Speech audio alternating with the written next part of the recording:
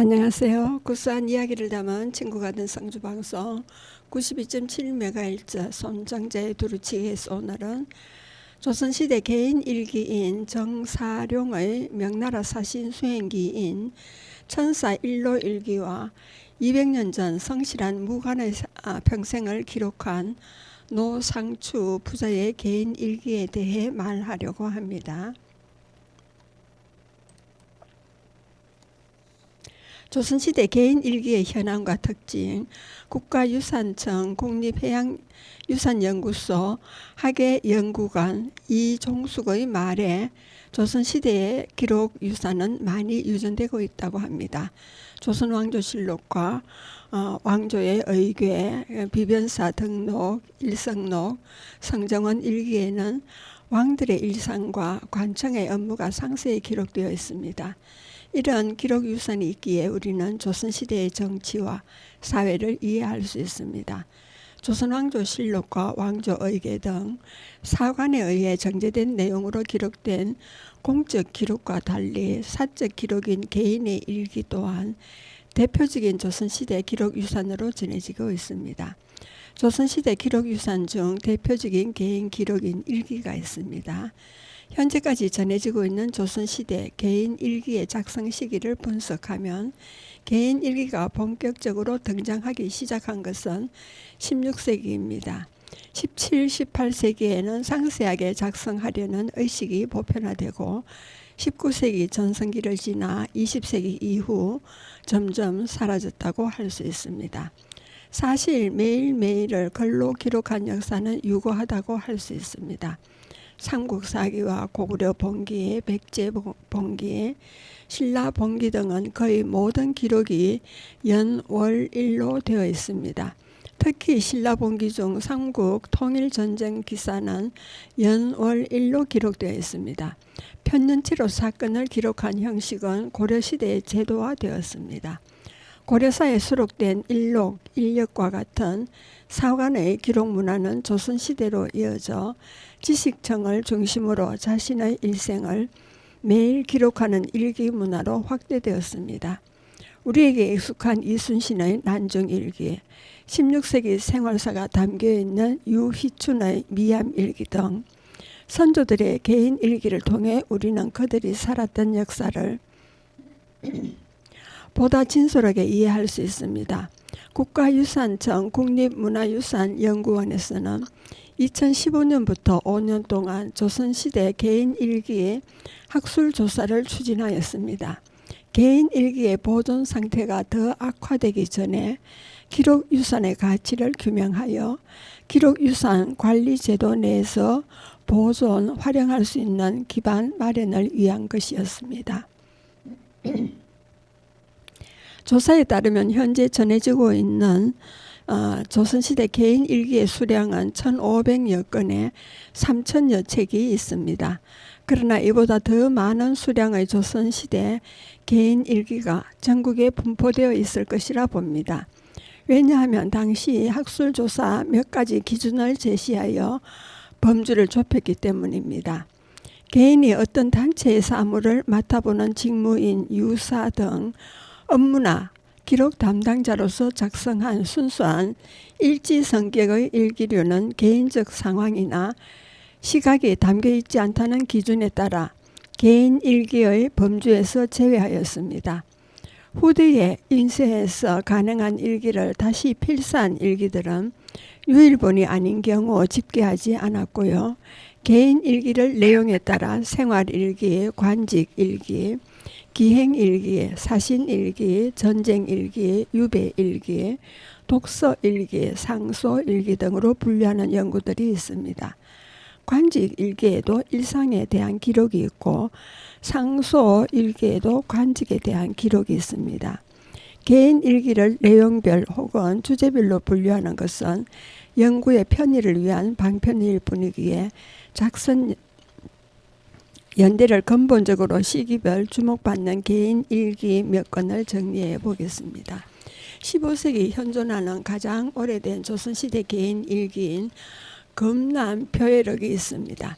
1488년 성종 19년 최부가 작성한 금남 표회록은 현존하는 가장 오래된 조선시대 개인 일기라 할 수 있습니다.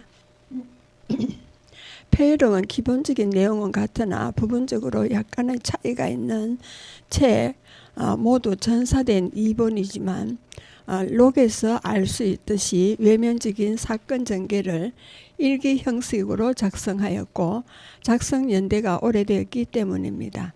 내용은 제주에서 빚을 받아들거나 부역이나 병력을 기피한 사람과 도망친 노비를 찾아 본 고장이나 본디의 주인에게 돌려주던 일인 추세와 조선 지방에 임시 보내던 벼슬로 전국의 손실을 조사하고 민정을 살핌으로 재직하던 경차관 최부가 부친상을 당하여 수행원 42명과 배를 타고 고향인 전라도 나주로 가던 중 태평으로 포류하게 되었습니다. 와중에 해적을 만나 고초를 겪다가 15일 만에 명나라, 중국, 절강성 해안으로 탈출하였지만 왜구로 오인되어 고문받다가 조선 관리임이 확인되어 북경으로 인도된 후 명조정의 도움으로 귀국한 136일간의 기록입니다. 내용에 초점을 두어 기록행 표류로로 분류되기도 하지만 최부가 처음 쓴 초고는 제목이 중조견문일기였습니다. 일기 분량면에서도 표류보다 내륙 견문 기록이 많기 때문에 견문일기라는 제목이 부합됨에도 이후 표회록이라는 제목으로 간행된 것은 아마도 뜻하지 않게 표류되었을 때 위기를 극복한 기록을 보다 많은 백성들이 참고한 후 중간의 바닷길 조류와 바람에도 대비를 바라는 간행자의 의도가 담겨 있었던 것으로 보입니다. 16세기 개인 일기 다수가 국보나 보물로 지정되었습니다.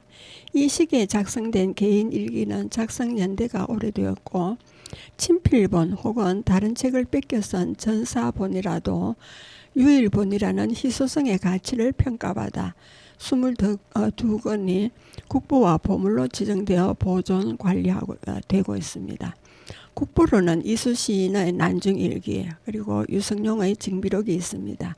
그리고 보물로는 권벌의 충제일기와 춘향일기 그리고 이전인의 관서추정일기와 김성일의 학봉일기 조천일기 기묘일기가 있고 조혼의 조천일기 권해문의 초간일기 오희문의 쇠미록 조정의 남행록 임진일기 진사록 일기 일부 잡록과 서행일기가 있고 정탁의 용사일기 이타경의 정만록 김용의의 호종일기 그리고 유휘춘의 미암일기 노인의 검계일기가 있습니다. 17세기에는 임진왜란 직후 대구 지역을 조명한 모당일기는 대구 출신 유학자 손천울이 임진왜란 직후인 1600년 선조 33년부터 1929년 인조 7년까지의 생활을 기록한 일기입니다. 6책 462장 분량으로 당시 대구 지역을 중심으로 경산, 영천, 청도, 고령, 성주, 밀양, 상주, 창원 등의 학파와 인물들의 관계망, 학문적 교류와 문화, 사상, 풍속, 경제, 생활 등을 이해할 수 있는 백과사전으로 불립니다. 그리고 18세기에는 고창 출신 문신인 황윤석이 1738년 영조 14년부터 1791년 정조 15년까지 53년간 쓴 일기입니다. 10살부터 62살로 사망하기 이틀 전까지 쓴 일기는 총 57채 527만 4천 여자로 현재는 조선시대 일기, 개인 일기 가운데 최대 분량입니다. 낭고라는 제목에서 알 수 있듯이 개인적인 일상뿐만 아니라 문학, 경학, 예학, 사학, 산학, 도학, 언어학, 음악, 지리, 천문, 예술 등 일상생활에 필요한 다양한 정보가 기록되어 있어 조선시대 미세사 연구의 타임캡슐로 평가됩니다. 그리고 19세기에는 조선 후기 암행의사의 일기인 서수일기에 1822년 순조 22년 평안남도 암행의사에 임명된 박래겸이 1822년 3월 16일부터 7월 28일까지 126일간의 활동한 내용을 기록한 일기입니다. 짧은 기간의 기록이지만 암행의사로 임명되어 부임지에 도착하기까지의 여정과 평안도의 여러 고을을 순시한 업무 내용, 지역의 명소와 인사들과의 교류 내용, 귀환하여 명령받고 일을 처리한 사람이 그 결과를 보고하는 복명하기까지의 내용이 날짜별로 상세하게 기록되어 있습니다. 지금까지 전해지는 조선시대 암행의사 일기 중 가장 최근에 작성된 일기로 파악됩니다. 조선 말부터 일제강점기까지 100년의 일기입니다. 구례 문화 유씨 생활일기로 전남 구례 운조루의 5대 주인인 유재양이 1851년 철종 2년부터 1922년까지 71년간 작성한 시은이라는 일기와 그의 손자 유형업이 1936년 고종 35년부터 1936년까지 38년간 작성한 기어일기를 1074쪽으로 합철하면서 붙인 제목입니다. 조선 말에서부터 일제강점기 시절 구례 지역의 역사적 사건, 사회 분위기, 두 지식인이 경험하고 느낀 조국의 멸망과 위기감 등이 상세히 기록되어 있습니다. 조선시대 개인 일기의 특징과 가치입니다. 일기는 한 개인이 자신의 사생활에 관한 내용과 생각 등을 연, 월, 일에 따라 작성한 사적인 기록이지만 작성 시기에 사회 주변인 문화, 풍습, 기후에 대한 정보가 기록된 조선시대 개인 일기도 이러한 일기의 보편적 특징이 있습니다. 개인이 생활한 지역의 풍속과 교우관계, 관료인 경우 여러 정치 상황까지 다양한 내용이 기록되어 있어 조선시대를 이해할 수 있는 가치가 있습니다. 두 번째로는 대다수가 한자로 기록되어 있는 점입니다. 이 한자 중에는 우리나라에서 만들었거나 이미 있던 한자의 뜻이나 음을 변경시켜 쓴 글자들 답, 갈, 척, 그 다음에 섬지기, 일경이 있습니다. 그리고 우리나라에서만 쓴 한자 표기 어휘는 우성지, 방자, 낙점, 산행이 있습니다. 이 같은 한국식 한자들이 기록된 조선시대 개인 일기는 학술적 가치가 있습니다. 세 번째로는 필사본 개인 일기는 다양한 서체를 보여줍니다.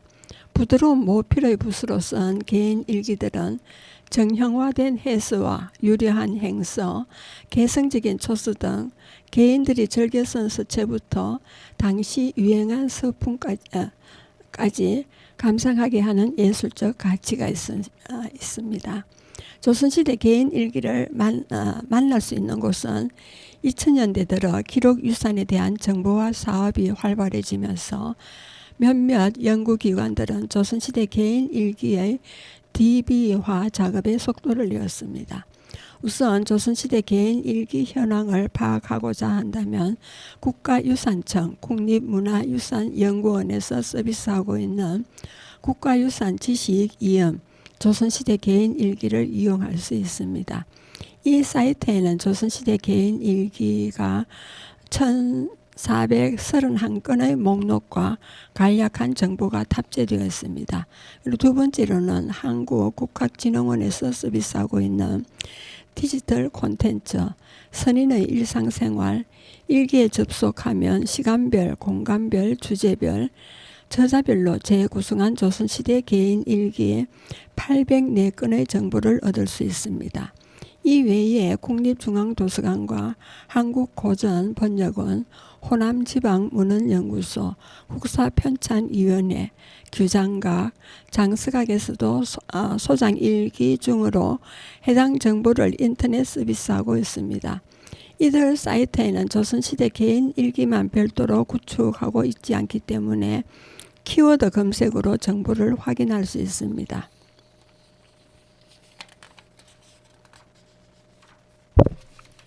그리고 일기는 메일을 꼬박꼬박 쓴 성실한 업무 기록입니다.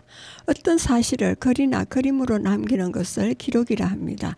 조선왕조실록이나 성정원 일기 같은 기록 유산은 우리 민족이 기록의 가치가 중요성을 얼마나 높이 평가하고 소중하게 간직해 왔는지를 잘 보여줍니다.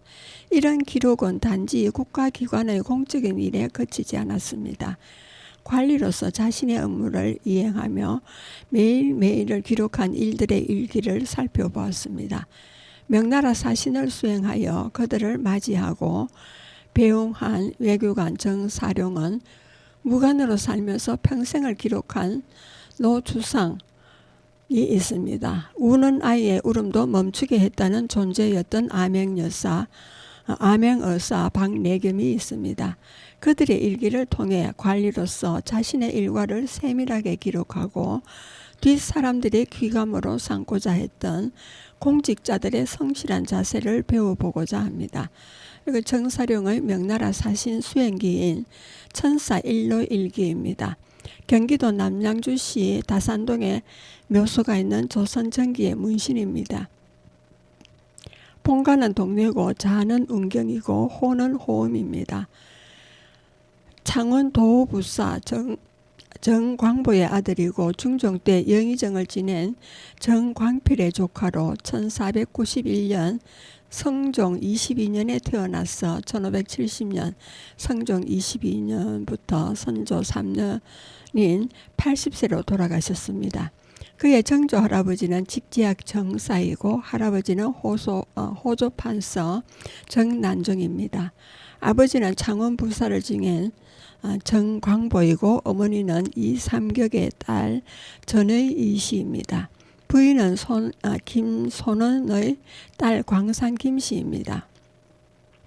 활동 시기는 1507년 중종 2년인 진사시에 합격하고 19살 되던 해 1509년 별시 문과에 병과 사위로 급제한 뒤 1510년에 홍문관 정자가 되었습니다. 1513년 사관은 정원이 되고 1515년 사가 독서를 했습니다. 1516년에는 문과 중시의 장원으로 급제한 뒤 홍문관 직지학과 성정원 동부성지 성균관 대사성을 역임하고 1522년 부지학이 되었습니다. 1534년 동지사가 되어 북경에 다녀왔는데 그런 경력 때문인지 1537년에는 평양 영의사가 되어 명나라 사진을 맞이하게 됩니다. 천사일로 일기는 계명대학교 동산도서관에 소장하고 있는 필사본으로 1537년 중종 32년 명나라 사신 공용경과 오희맹이 조선에 올 때 원접사가 된 정사룡이 의주에서 그들을 맞이하여 한성의 왕궁에 도착하기까지의 기록과 다시 이 일행을 요동으로 전송하기까지 총 48일간의 기록입니다. 천사는 천자의 사자는 명나라 사신을 뜻하는데 이 일기는 당시 중국의 사신을 맞아들이던 임시 벼슬인 원접사와 중국의 사신을 호송하던 임시 벼슬인 반송사를 역임했던 정사룡이 기록한 것입니다. 정사룡은 1542년 예조판수로 승진되고 1544년 공조판수로 다시 동지사가 되어 명나라에 다녀왔습니다. 1546년 명종 1년 때 형조판수가 되고 추관록을 지었습니다. 1554년 대제학이 되었고요.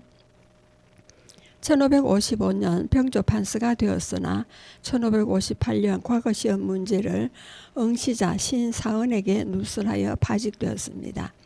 그해 판중추 부사로 복직되고 이어 공조 판소가 되었고요. 1560년 70세가 되어 기로소에 들어갔습니다. 1562년 다시 판중추 부사에 전임되었습니다. 그는 일찍이 중국에 사신으로 가서 문명을 떨쳤을 뿐만 아니라 여러 번 중국 사신을 접대하는 동안 중국인과 주고받은 시가 많았기에 중국에 다녀와서 조천록을 남겼습니다. 저서로는 호음 잡고가 있고 글씨는 경기도 광주에 있는 이둔촌비가 있습니다. 1563년 이량의 일당으로 지목되어 관직이 삭탈되고 1570년 선조 3년인 4월 80세로 사망했습니다. 정사룡의 저술로는 호음 잡고와 조천록이 있습니다. 시문집인 호음 잡고는 1573년 간행되었고요. 상훈과 추모 정사룡은 1570년 광국 원종 공신으로 직첩이 회복되었습니다. 명나라 사신 오희명이 정사룡을 칭송하기를 산천과 동식물, 자연의 온갖 변화와 음률, 풍속 같은 것들을 한결같이 시로 읊었는데 풍, 시체의 하나를 잘 하였다고 했습니다. 그의 시는 온화하고 화평하였으며 기괴하면서도 속이지 않았다라 했습니다. 또 허목 미수가 말하기를 지금 호음의 시로 세상에 유행하는 것이 수천 편이 된다고 했고요. 호음 당시에는 재주와 학문이 뛰어난 선비가 많았다고 칭송되었습니다. 어숙건과 이붕상, 임기, 노설인, 권응인 같은 선비들이 모두 호음의 문화에서 나와 그때의 명성이 지금까지 전해진다고 했습니다. 천사 일로일기는 외교사를 넘어 당시의 문화를 담은 소중한 자료로 국내에 남아있는 최초의 원접사 기록물입니다. 60년 뒤 기록된 이의 율곡선생 원접사 일기 별사본 1책과 일본 천리 대도서관 소장이 되어 있으나 분량이 16장이라 간략하고 소장체도 1본입니다. 이 책은 필사본 유일본으로 특히 16세기 명나라 사절을 영접한 기록으로 내용이 상세하므로 조선과 명나라 간의 의례와 외교사를 연구하는 데 귀중한 자료가 됩니다. 조선의 정치, 사회, 문해, 그리고 의식, 예절, 연회, 과거 제도와 인재 등용과 놀이문화, 음식문화가 담겨 있어 가치를 더합니다. 이 책과 관련하여 소개할 자료로는 당시 상사로 참가한 공용경이 기육한 후 편찬한 사조설록과 갑진자본 1책은 모두 계명대 동산도서관에 소장되어 있습니다. 책의 권수에는 금천 박인, 인장이 날인되어 있어 반남 박씨의 조상의 행적에 관한 기록한 집안 어른의 일생의 행적을 기록한 글인 가장 본이 되어 후대에 전해진 것임을 알 수 있습니다. 여러분은 지금 성주의 FM 92.7MHz 손정자의 두루치기를 듣고 계십니다. 잠시 쉬었다 가겠습니다. 천록담의 공이 되겠습니다.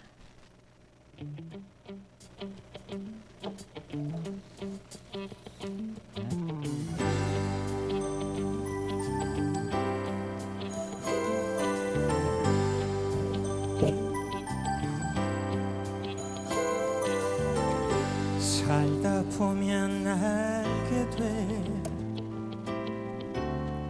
일러주지 않아도 너나 나나 모두 다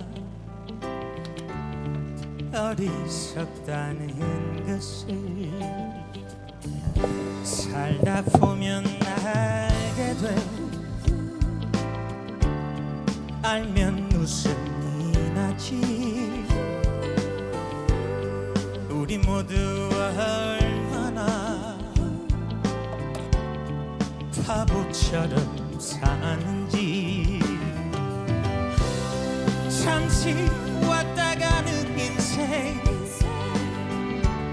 잠시 머물다 갈 세상 100년도 힘든 것을 천년을 살 것처럼 살다 보면 알게 돼 버린다는 의미를 내가 가진 것들이 모두 부질없다는 것을 띠리 띠리리리리리 띠리리리리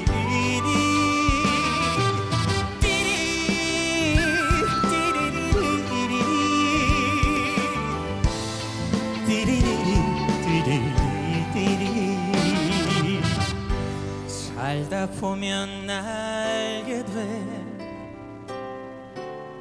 알면 이미 늦어도 그런 대로 살만한 세상이라는 것을 잠시 스쳐가는 청춘 훌쩍 가버리는 세월 100년도 힘든 것을 천년을 살 것처럼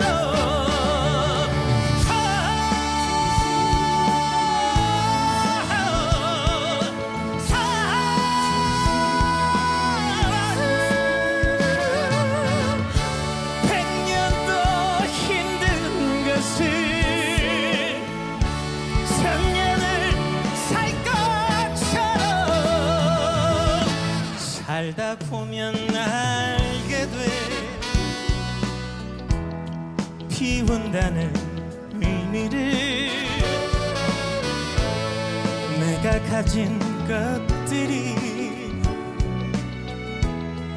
모두 꿈이었다는 것을 예, 이번에는 200년 전 성실한 무관의 평생을 기록한 노상추의 일기가 되겠습니다. 무관이 남긴 68년의 생애사입니다. 일기에 담긴 것은 경상도 선산 지역에 세거했던 안강노씨 집안의 노상추가 1746년에서 1829년까지 생존하신 분입니다. 남긴 일기는 조선시대 일기로 알려진 어떤 일기보다 쓰인 기간이 깁니다. 그는 나이 17살 되던 1763년부터 84세로 사망한 1829년까지 68년간 일기를 썼습니다. 비록 몇 권이 없어져 지금은 53년치만 남아있지만 그렇다고 그 방대함이 줄어드는 것은 아닙니다.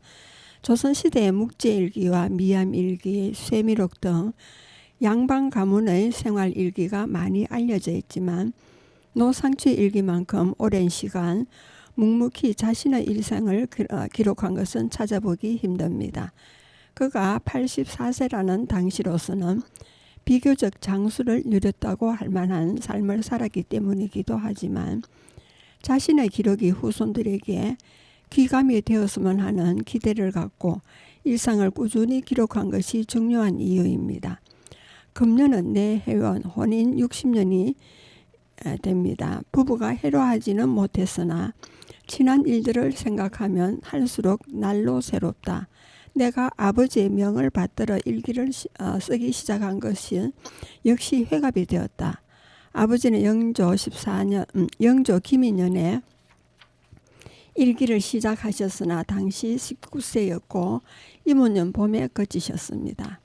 나는 이모년에 시작하였으니 17세였다. 아버지는 이모년 정월에 선영이 요절하자 세상 돌아가는 사정에 흥미를 잃고 1822년 1월 4일 일기 쓰기를 그만둔 것입니다. 혼인한 지 60년 되던 해에 그가 쓴 일기의 일부입니다. 그는 혼인하던 해인 17세 때 아버지의 명을 받아 일기를 쓰기 시작했습니다. 조선시대 혼인이란 비로소 어른이 된다는 뜻이기에 그의 일기는 성혼 혹은 성년 일기인 셈입니다. 게다가 그의 일기는 아버지를 이어 지필을 맡은 2대째 혹은 그 이상 지속된 일기의 일부이기도 합니다.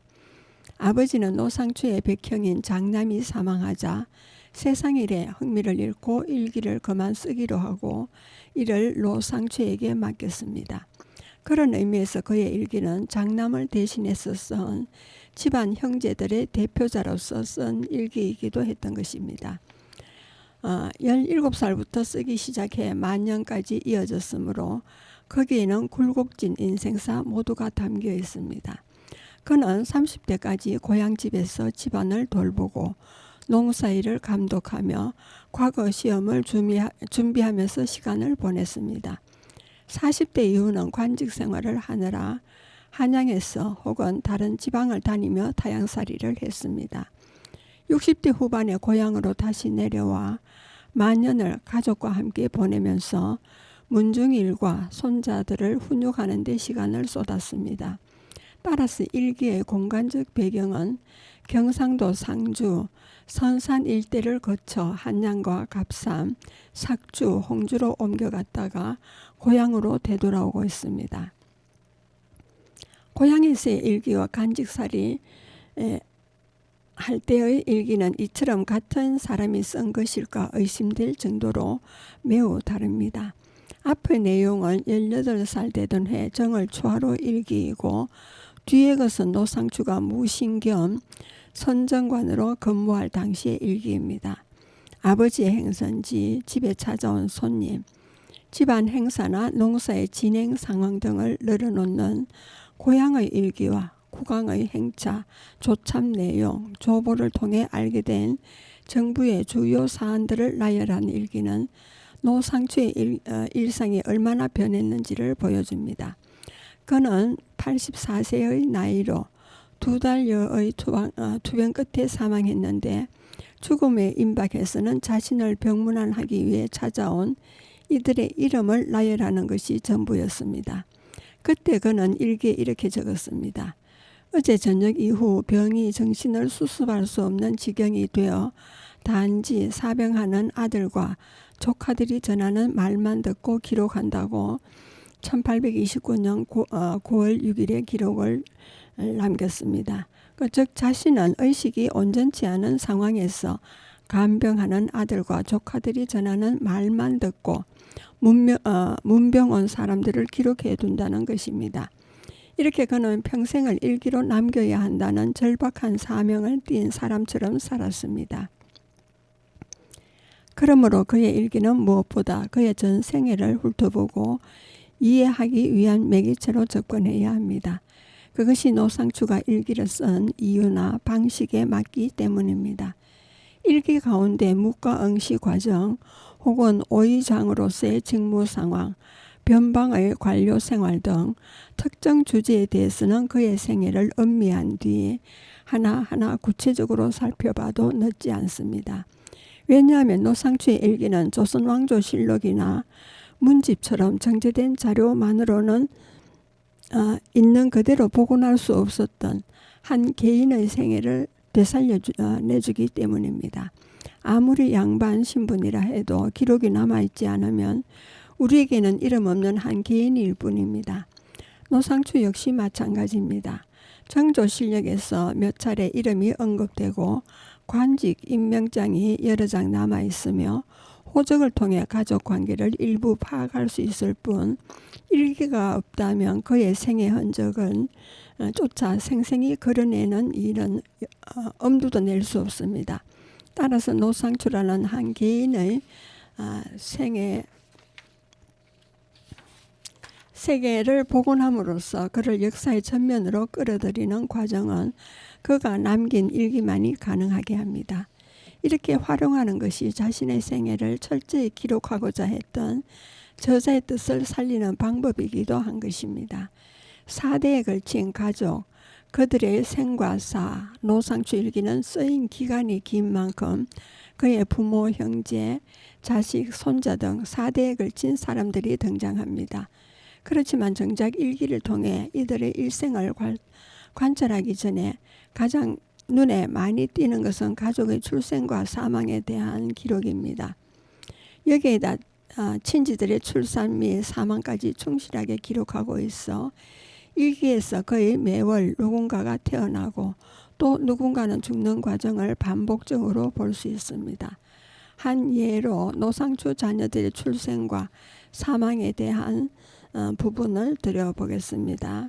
노상추 집안의 족보와 호적을 볼 때, 그리고 노상추 일기를 통해 그의 자식들의 흔적을 쫓아가 본 것입니다. 노씨 집안의 족보에는 그의 아들로 이겹과 성엽 두 사람이 올라 있습니다. 반면 18세기에 작성하여 관에 신고했던 이 집안의 호구 단자에는 봉정, 경정 두 아들과 출생한 지 얼마 되지 않아 아직 이름을 밝히지 않은 막내 아들이 실려 있습니다. 봉정은 호적상에서 나중에 이겹으로 이름을 고친 사실을 밝히고 있고, 막내 아들은 이름을 밝히지 않았지만 출생 연도로 볼 때 성엽을 가리키는 것임을 알 수 있습니다. 그런데 이겹과 성엽 사이에는 경정이라는 아들은 족보에는 나와 있지 않습니다. 정식 호정에 올랐는데 족보가 없다면 경정은 혼인 전에 세상을 떠났음이 틀림없습니다. 비슷한 예로 혼인 날짜까지 받아놓은 터에 세상을 떠난 것으로 일기에 기록되어 있는 노상추의 중형은 족보에서 그 기록을 찾아볼 수 없습니다. 경정과 같은 이유에서 그러할 것입니다. 표의 오른쪽 항문은 노상추가 자식들의 출생과 사망에 대해 일기에 기록한 것을 토대로 작성한 것입니다. 일기에는 호적에도 발견할 수 없는 3명의 아이가 더 나옵니다. 그들은 모두 어렸을 때 죽어서인지 이름을 밝히지 않고 있습니다. 일기에 가장 먼저 등장하는 노상추의 아들은 노상추에게는 많은 회한을 안겨준 자식입니다. 그와 관련된 노상추의 일기는 이러합니다. 1764년 10월 9일 이날 해시의 아내가 아이를 낳았는데 아들이다. 아버지가 죽점에서 돌아왔는데 아내의 발열 증상 때문이다. 1764년 10월 13일 이날부터 아내에게 오한과 발열이 오락가락하는 증상이 점차 심해지니 걱정이다.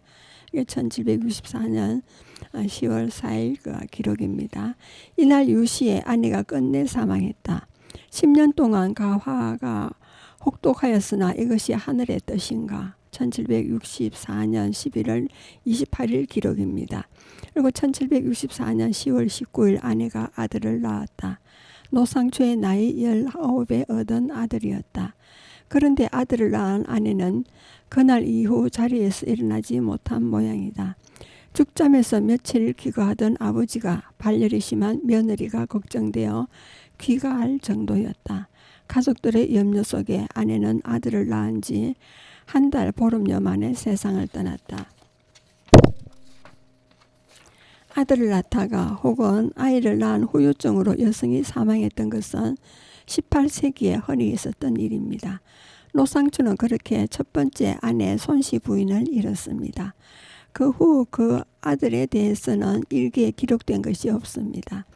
다만 2년 뒤인 1766년 8월 3일 유아가 이질로 아팠는데 끝내 구하지 못했다는 사망 사실이 적혀 있을 뿐입니다. 그때까지 아이의 이름도 짓지 않았던 것일까? 사망 순간까지 그 아들은 유아로만 기록되었습니다. 하늘이 어찌 이 아이한테만 이리 혹독한가라는 노상추의 소회처럼 태어난 지 2달 만에 어머니를 잃은 아들은 자신도 3년 만에 짧은 생을 마감했습니다.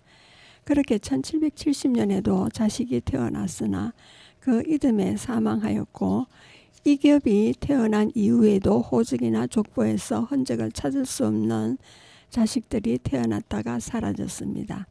이들은 짧은 생을 살다가 세상을 떠났다는 이유로 족보나 호적에 기록되지 않은 노상주의 자녀들입니다.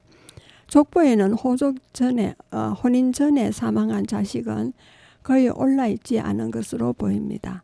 호적 역시 혼인을 기준으로 하지는 않지만 영유아에 거의 올리지 않고 있습니다. 따라서 노씨 집안의 역사에서 이들의 존재를 입증할 수 있는 것은 노상추의 일기밖에 없는 것입니다. 노상추의 일기만큼 그 가족들의 생과 사, 가족들의 존재 자체를 꼼꼼하게 싣고 있는 기록이 있는가? 그의 일기는 역사는 성자의 기록이라는 일반적인 정의와 달리 모든 구성원을 남기려 했다는 점에서 더 인간적입니다. 되풀이된 혼인과 사별입니다. 조선 남성에게 혼인이 지니는 의미입니다. 일기에 유난히 출생 사망 기록이 많다고 느껴질 만큼 노상추 일가는 많은 자녀를 낳았지만 유아기에 사망하거나 성인이 되지 못하고 세상을 떠난 이도 많습니다. 뿐만 아니라 출산 후유증으로 여성들의 사망 역시 빈번히 일어났기에 그들에게 출산은 늘 위험 부담을 안고 이루어지는 행위였습니다. 그렇지만 가족을 이어가야 하는 가장 입장에서는 자신의 아내와 자식을 이럴 위험을 안고서라도 감당해야 할 과제이기도 했습니다. 18세기 노씨 집안 남성들의 삶을 들여다보면 이처럼 사별의 아픔을 경험하는 가운데서도 가족을 유지하고 이어가려는 노력이 삶 속에 배어 있음을 느낄 수 있습니다. 먼저 주인공 노상추는 혼인한 지 1년여 만에 첫 아내 손씨와 사별했습니다. 아들을 낳고 시름시름 앓던 손씨 부인을 떠나보낸 것은 노상추의 나이 19살 때입니다. 3년상을 치른 뒤 하회의 유씨 집안에서 다시 아내를 맞이했지만 유씨 부인 역시 혼인한 지 6년 만에 세상을 떠났습니다. 이번에는 3년상은커녕 1년도 기다리지 못하고 아내가 떠난 바로 그 해 세 번째 아내 서씨를 맞이했습니다. 그때 그의 나이는 29살이었습니다. 다행히 세 번째 아내와는 25년의 세월을 부부로 생활하였습니다. 하지만 그 기간 동안 한양과 갑산 등지에서 관직 생활을 했음을 감안하면 부부가 함께 지낸 시간은 길지 않습니다. 그에게 있어서 부부란 사별 혹은 생이별로 늘 그리워하는 애틋한 관계였습니다. 혼인과 사별을 반복하는 것이 비단 노상추에게만 있었던 일은 아닙니다. 노씨 일가에게 혼인과 사별은 일상적인 것이었고 사실 이것은 당시 양반 사회의 현실이기도 했습니다. 그의 아버지가 3번 혼인했고 노상추 역시 그리하였습니다. 동생 노상근도 첫 번째 아내와 사별하고 재혼했습니다. 여성이 남성보다 요절하는 비율이 훨씬 높았기에 남성의 재혼은 불가피한 것이었는지도 모릅니다.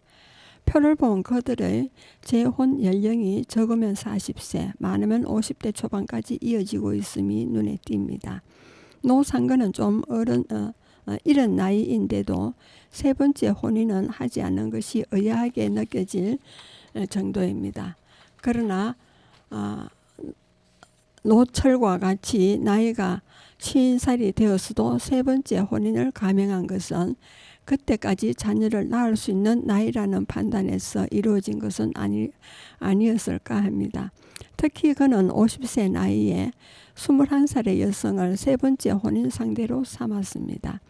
자신의 나이가 많음으로써 인해 더더욱 생산력이 왕성한 나이의 여성을 선택한 것은 아닐까 합니다. 노철 부인은 세 번째 혼인을 50살에서 51살 했습니다. 그리고 비용 기간이 52에서 58살까지 7년이었고 노상추는 초혼이 17살이었고 재혼이 23살, 3혼이 29살 때였습니다. 그리고 비혼 기간은 54살부터 84살까지 31년이었고요. 노상근 동생은 초혼이 19살이었고 재혼이 25살이었습니다. 그리고 비혼 기간은 39살에서 57살까지 19년이었습니다. 그러나 나이 50이 넘으면 재혼이 남성에게도 그다지 의미가 없었습니다. 노상초는 세 번째 아내를 잃은 뒤에는 죽을 때까지 혼인하지 않았는데 무려 31년이나 배우자 없이 지낸 셈입니다. 노상건의 19년 비혼 기간 역시 짧지 않습니다.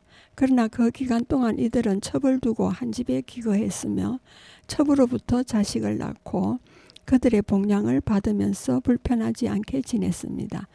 노상춘은 늘 아들을 많이 낳아 가게를 별탈 없이 이어가야 한다는 과제를 안고 살았습니다.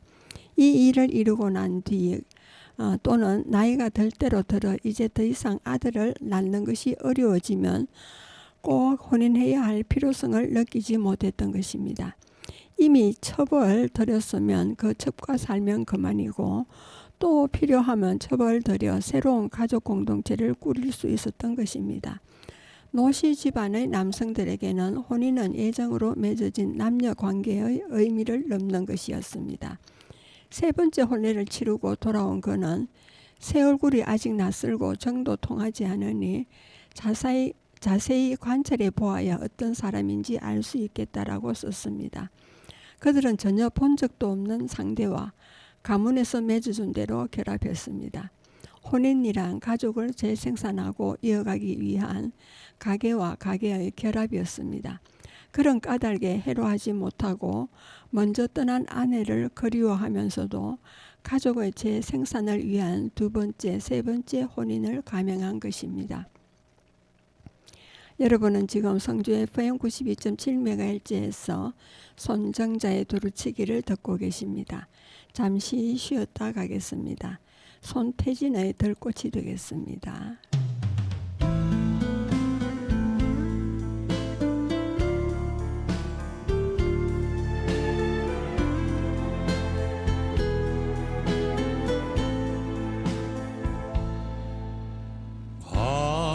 밤하늘 발걸음 따라서 당신이 보고 싶은 밤 가슴 속에 가득 별님처럼 가득 당신 얼굴이 아련해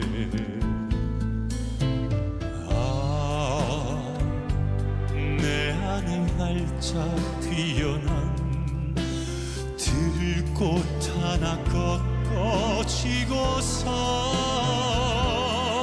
사랑이라오 한 송이 꽃이라오 천송이 만송이 당신께 주고는데 손끝에 엉성이 구겨진 들꽃 하나가 내 맘을 불꽃처럼 태웠어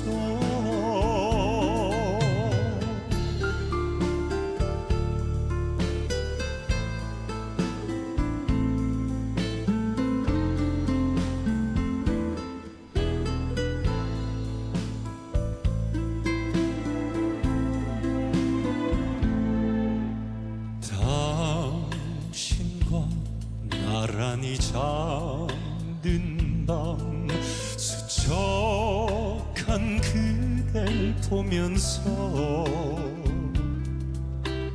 나도 몰래 글썽 당신 몰래 글썽 눈물 소리가 가득해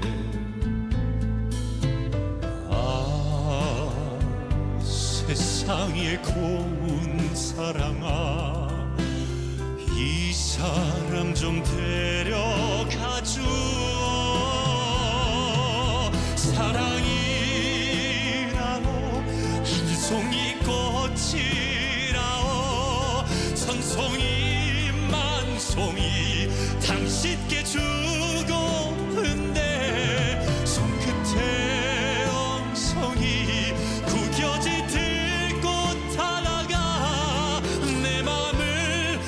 꽃처럼 태웠어 사랑이라고 한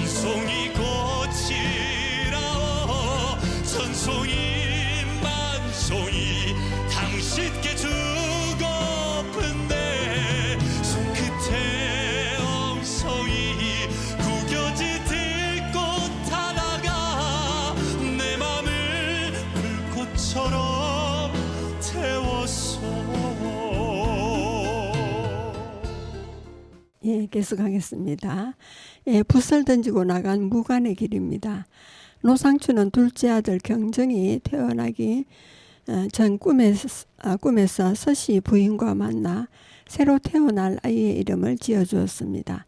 29살에 맞아들인 서씨 부인과는 본격적인 과거 시험 준비와 문과 합격 후의 관직 생활 등 계속적인 타향 생활로 거의 떨어져 지냈습니다. 노씨 집안은 문과와 무과 급제자를 모두 배출했습니다. 특히 노상추 이후로는 장남 이ገብ과 장손 명찬, 정손 진교까지 4대가 연속 무과 급제자를 배출했습니다. 노상추 이래 이들이 염원한 것은 관료로서 국왕을 가까이 모시고 무관으로서의 역량을 발휘하는 것이었습니다. 그러한 사회적 지향은 개인적인 것이 아니라 노상추에게서 비롯되어 자손들의 계승된 가계의 지향이기도 했습니다.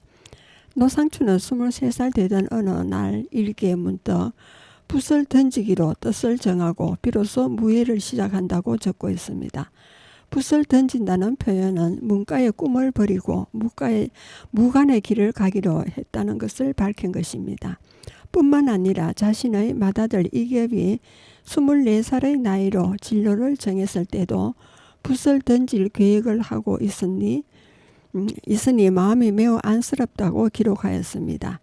한 집안에서 할아버지를 이어 노상추와 그의 동생 상근 또 아들 이깁까지 세 사람이 무과에 급제했는데 이들은 이렇게 붓을 던진 뒤 무예로 진로를 바꾼 공통된 이력의 소유자들입니다.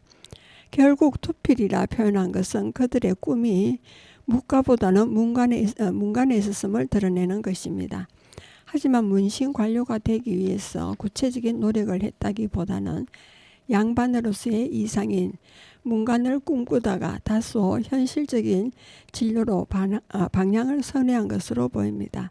그 후 3년을 준비한 끝에 노상추는 1771년 영조 47년부터 과거에 응시했는데 그의 응시 이력은 다음과 같습니다. 무과의 종료입니다. 1771년 2월 정시에 시험을 쳤으나 초시 낙방을 했다는 일기 기록이 1771년 2월 9일자로 있습니다. 그리고 1771년 10월 정시에 시험을 쳤으나 초시 낙방했다고 일기에는 1771년 10월 11일 기록하고 있고요. 1777년 3월에 정시 시험을 취소했다는 일기가 1776년 3월 1일에 기록되어 있습니다. 그리고 1777년 8월 식년시 초시 합격을 했다는 소식을 일기에는 1778년 8월 2일 적었고요. 그리고 1777년 9월에 식년시에 복시 낙방했다는 일기가 1779년 9월 19일에 기록되어 있습니다. 그는 친구들과 함께 길을 떠나 한양까지 시험 보러 갔다가 낙방에 돌아오기를 수차례 되풀이했습니다. 이렇게 친구들과 한양까지 과거 보러 가는 행렬을 그들은 관광이라 불렀습니다. 조령을 넘어 한양에 입성하기까지 지방 문물과 경관을 두루 관찰했으므로 매우 적절한 표현인 듯합니다. 1776년 영조 52년 치러질 예정이었던 정시가 영조의 사망으로 실시되지 못했듯이 과거 시험이 취소될 때도 있었습니다. 1779년 정조 3년 34살의 나이로 식년시에 도전해 고향에서 사목, 궁술사, 방포 등을 시험 친 후 대구에서 선무도시 또 넉 달 뒤에 한양에서 전과를 치른 끝에 드디어 무과에 급제했습니다. 23살에 무예를 진로로 정하고 준비를 시작해 35살 봄에 드디어 무과에 합격한 것입니다. 그러나 관직을 얻기까지는 또 몇 년의 시간을 기다려야 했습니다. 35세 과거에 합격한 그에게 무겸이라는 자리가 주어진 것은 40살이 되어서였습니다. 노상추는 이를 하늘이 준 행운이라며 좋아했습니다. 이후 그는 외직으로는 전출, 내직으로는 복귀, 성진을 되풀이하며 무관 관료 생활을 이어나갔습니다. 갑산 진동 변장과 삭주부사 등 외직에 나갔을 때는 한양이나 고향으로부터의 거리와 정보의 부재로 끊임없이 외로움을 토로했습니다. 외직에 가게 된 사실 자체가 자신이 세력이 없는 영남 출신이라고 생각했습니다. 하지만 이것이 곧 벼슬살이이니 신하된 자로서 충성을 다할 뿐이지 관직의 우열을 가리는 것은 옳지 않다고 자신을 설득하는 것을 보면 관직에 임했던 노상초의 마음가짐을 알 수 있습니다. 그는 관직 생활 내내 이렇게 영남 사람으로서의 세력 없음을 한탄하나 자기 자신과 타협하고 스스로를 설득하면서 직무에 최선을 다하는 모습을 보였습니다. 나의 생애와 가족을 보면 노상초는 묵과급제를 통해 관료로서 사회에 공헌하기를 간절히 원했습니다. 그가 바라던 이상을 비로소 실현하게 된 것이 40세 되던 해부터인데 그때부터 그의 인생 무대는 고향을 떠나 한양이 되었습니다. 한양에서의 관직 생활, 국왕의 행차를 따르고 도성을 수비하면서 그는 타향살이 가운데서도 임금과 함께 뿌듯해했습니다. 갑산, 삭주 등 지방에 재임할 때도 임금이 계신 궁궐을 향해 그리움을 쏟아내면서 임금과 아버지를 향한 의가 서로 다른 것이 아님을 절실하게 느꼈습니다. 실제 노상초 자신이 관직 이력을 돌아보면서 소회를 말한 것을 보면 그의 인생관이 잘 드러납니다. 그의 인생관은 한마디로 무부가 비천한 무리가 아님을 몸소 내보이는 삶을 실천하는 것이었습니다. 옛적의 명류들은 무부를 비류라 칭했는데 이를 구하여 나갈 때 염치가 없고 구차하게 얻어도 부끄러워할 줄 모르며 추색만 좋아하고 명교를 알지 못하기 때문이다. 하지만 사유를 마음속에 스스로 새겨 자신의 길을 향해 바르게 나아간다면 어찌 우리 무인들을 폄훼할 수 있겠는가라 1808년 10월 18일 적고 있습니다. 그의 삶은 무관의 전통을 이어받아 이를 천직으로 여기며 한양에서는 임금의 안위를 위해 지방에서는 백성들의 편안한 삶을 위해 헌신한 것이었습니다. 특히 그는 무인이 폄훼하는 세태에 대한 비판의식을 더 엄격한 사유를 실천으로 성화시킴으로써 세속적이기보다는 도덕적 삶을 추구해 왔습니다. 그의 일기는 무관 관료들이 성리학적 정치 철학으로 무장한 정치인은 아니지만 어떤 정치인보다 국왕을 가까이 하고 또 백성들과 가까이 있었던 존재였음을 보여줍니다. 그들이 국왕과 백성들을 위한 무관 본연의 임무에 충실함으로써 양방 관료 체제의 한 축을 견고히 맡아 나갈 수 있었던 것입니다. 그의 충실한 삶은 세거지에서 노씨 집안이 삭주 부서였던 그의 이력을 따서 노삭주가로 불리며 명실상부한 명망가로서 자리매김하는 데 밑거름이 되었습니다. 하지만 그와 그의 선조들이 힘써왔던 가계의 운영과 이를 이어나가려는 노력이 자손들에게 전해지지 않았으면 그러한 명성이 지속되기는 어려웠을 것입니다. 그에게는 자신을 이어 붓을 던지고 묵가에 매진한 장남 이깁이 있었습니다. 그는 묵가에 급제하고 관료로서 아버지의 명성을 이은 것은 물론이고 혼인한 지 10년 만에 장손 명찬을 낳더니 이후에도 4명의 아들과 1명의 딸을 더 낳아 가계를 번성하게 하는 데 기여했습니다. 태어나 족보에 오르지 못하고 사망한 아들이 4명이나 내는 데다 딸과 서출까지 합하면 무수한 자식을 잃은 노상초였습니다. 그래서 일기 곳곳에 대를 이을 걱정을 하고 아들이 적다며 늘 불안해했습니다. 그런 그의 갈증을 장남 이겹은 잘 해소해 주었습니다. 노상초가 임금의 총애를 입은 천총으로 한양에서 지내던 어느 날 이겹이 직소로 찾아왔습니다. 이때 관직 생활로 인해 이미 고향을 떠난 지 오래되었습니다. 50대 중반을 넘긴 노상춘은 이기백에 다음과 같이 말합니다. 윗선의 책임은 가장에게 달려있다. 그러니 내가 잘 처리하지 못하면 만사가 허물어지고 말 것이다.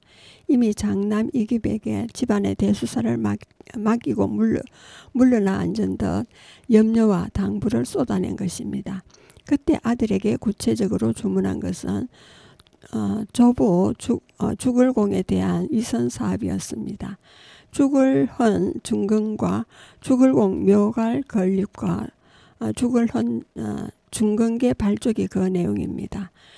이는 자신의 인생에 있어서 늘 길잡이가 되어준 조부에 대한 사후 복량의 표시일 뿐 아니라 노시 가문을 보육하는 일이라 생각했습니다. 또 이계백이 이런 일을 감당해 줄 만큼 장자로서 잘 성장했다고 여겼습니다. 이계백은 노상추가 주문한 역할을 잘 이뤄냈습니다. 60대 후반 이후 노상추는 고향으로 돌아갔고 그 무렵 이계백은 묵가에 급제한 후 한양과 지방을 오가며 관직 생활을 했습니다. 노상추의 가게의 경영에의 복귀로 위선 사업은 잘 마무리되었습니다. 이렇게 노씨 가족은 가게를 운영하면서 다음 해에 가게를 물려주는 인적 개성은 물론 사회적 지향까지 물려주는 관념적 개성을 지속해 나갔습니다. 노상추가 남긴 68년간의 일기는 한 가족의 여러 대에 걸친 일상을 여과 없이 보여줌으로써 그들의 삶을 역사의 전면으로 드러내는 길잡이 역할을 해주었습니다. 예, 여러분은 지금까지 성주 FM 92.7MHz에서 손정자의 두루치기를 들었었습니다. 마지막 음악을 듣겠습니다. 고영준의 남자의 길이 되겠습니다.